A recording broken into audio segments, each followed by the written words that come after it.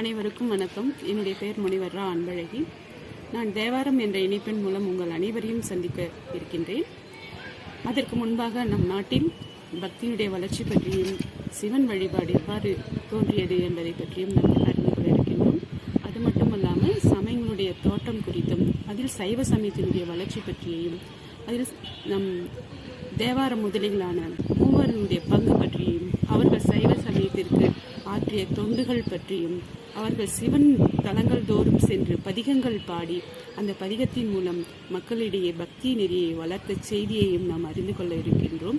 அது மட்டுமல்லாமல் நம் தமிழ் மொழியினுடைய வளர்ச்சியையும் நாம் அதில் அறிந்து கொள்ள இருக்கின்றோம்.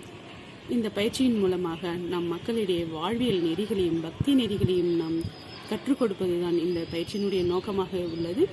நன்றி. அனைவருக்கும் வணக்கம். என்னுடைய பெயர் முனைவர் ரா அன்பழகி. நான் தேவாரம் என்ற இணைப்பின் மூலம் உங்கள் அனைவரையும் சந்திக்க இருக்கின்றேன். அதற்கு முன்பாக நம் நாட்டில் பக்தியுடைய வளர்ச்சி பற்றியும் சிவன் வழிபாடு எவ்வாறு தோன்றியது என்பதை பற்றியும் நாம் அறிந்து கொள்ள இருக்கின்றோம்.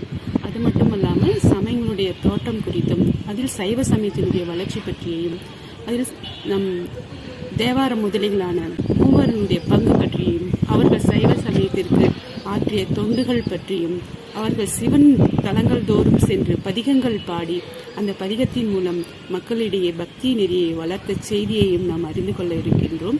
அது மட்டுமல்லாமல் நம் தமிழ் மொழியினுடைய வளர்ச்சியையும் நாம் அதில் அறிந்து கொள்ள இருக்கின்றோம். இந்த பயிற்சியின் மூலமாக நம் மக்களிடையே வாழ்வியல் நெறிகளையும் பக்தி நெறிகளையும் நாம் கற்றுக் கொடுப்பதுதான் இந்த பயிற்சியினுடைய நோக்கமாக உள்ளது. நன்றி.